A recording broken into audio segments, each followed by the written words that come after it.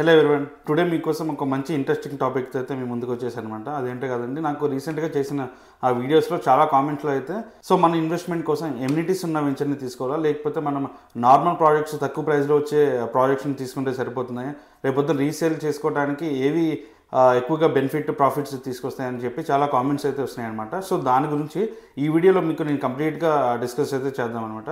Let's get in to the video. Amenities ఉన్న ప్రాజెక్ట్స్లో invest చేస్తే మనకి ఎక్కువ రిటర్న్స్ వస్తాయా, లేకపోతే నార్మల్ ప్రాజెక్ట్స్ తీసుకుంటే తక్కువ ప్రైస్ ఉంటాయి అనమాట. సో వాటిలో ఇన్వెస్ట్ చేస్తే మనకి ఫ్యూచర్లో మంచి రిటర్న్స్ వస్తాయని, సో దాని గురించి అయితే ఒక చిన్న ఎగ్జాంపుల్తో అయితే నేను స్టార్ట్ చేస్తాను అనమాట. సో మనం రీసెంట్ ఒక 20 years బ్యాక్ చూసుకుంటే మనకి నార్మల్ ల్యాండ్ ఉంటే సరిపోయేదని చెప్పి చాలామంది తీసుకునే వాళ్ళు. జస్ట్ ఒక ల్యాండ్ ఉంటే సరిపోతుందని చెప్పి ఆ టైంలో బై చేశారనమాట.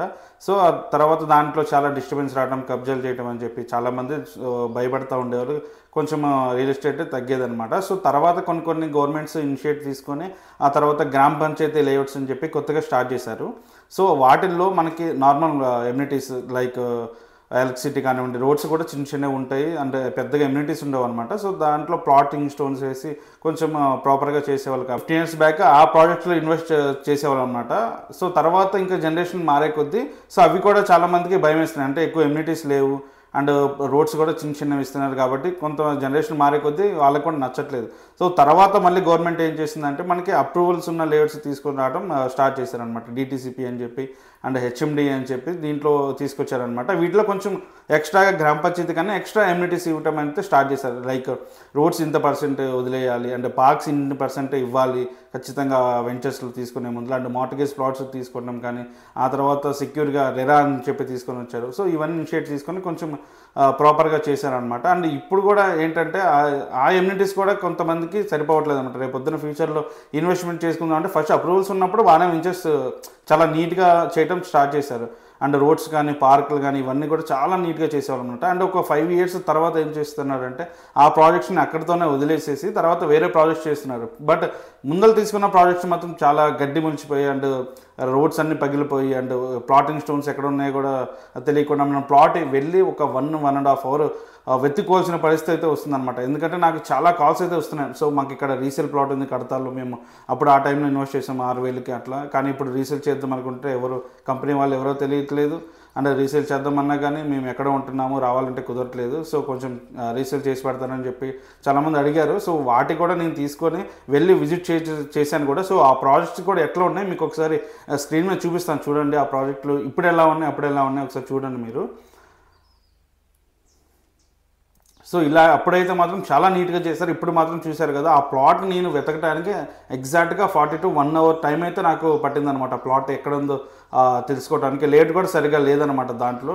అండ్ ప్రాజెక్ట్ మాత్రం కంప్లీట్గా అసలు మెయింటెనెన్స్ లేకుండా అయితే ఉందన్నమాట. సో ఇప్పుడు అది రీసేల్ చేద్దామంటే ఇప్పుడున్న పీపుల్కి ఎలాంటిదంటే కొంచెం ఎమ్యూనిటీస్ లైక్ క్లబ్ హౌసెస్ అవన్నీ ఇస్తే రేపొద్దు రీసేల్ అవ్వడానికి కొంచెం ఎక్కువ ఛాన్సెస్ ఉంటాయి అన్నమాట. ఎందుకంటే మెయిన్ మెయింటెనెన్స్ అనేది ముఖ్యమండి. ఇప్పుడు మన ఏ వెంచర్లో తీసుకున్నా సరే, హెచ్ఎండి ఆర్ డిటీసీపీ ఎక్కడ తీసుకున్నా సరే మెయింటెనెన్స్ అనేది లాంగ్ టర్మ్ మెయింటెనెన్స్ అనేది చాలా ముఖ్యం అనమాట. ఇంపార్టెంట్ థింగ్ ఇది తెలుసుకోవాల్సింది.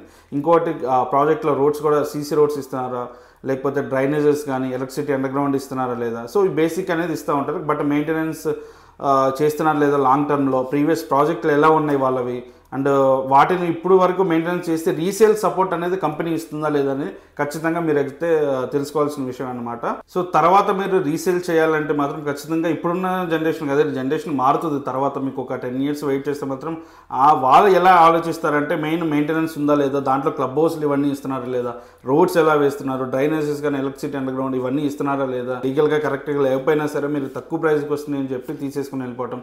అండ్ రీసెంట్గా చాలా న్యూసెస్లో చూస్తూనే ఉన్నారు. పెద్ద ప్రాజెక్ట్స్ వాళ్ళు కూడా ఇప్పటికి సరిగ్గా మెయింటెనెన్స్ చేయలేక వెళ్ళిపోతున్నారు అండ్ చాలా స్కామ్స్ అయితే జరుగుతున్నాయి అనమాట.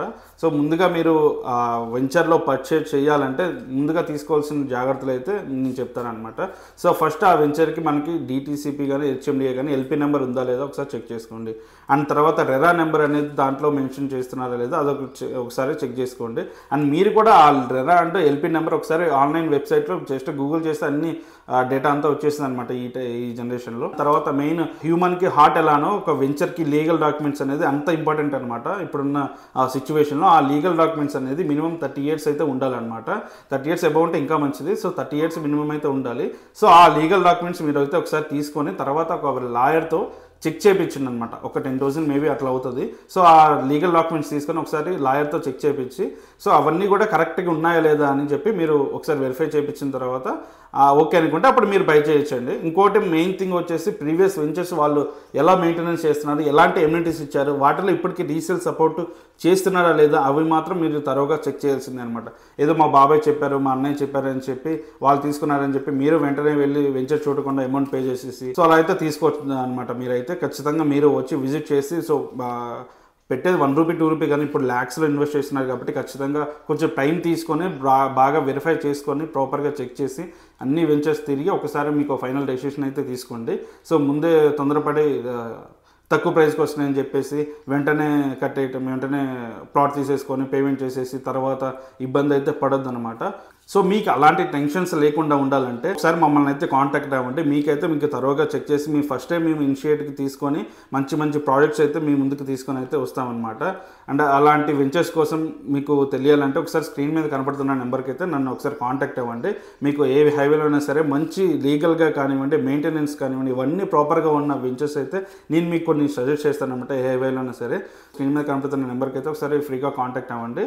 మీకైతే నేను పూర్తి వివరాలు అయితే నేను డిస్కస్ చేద్దాం మనం. సో థ్యాంక్ యూ అండి. Thank you for watching.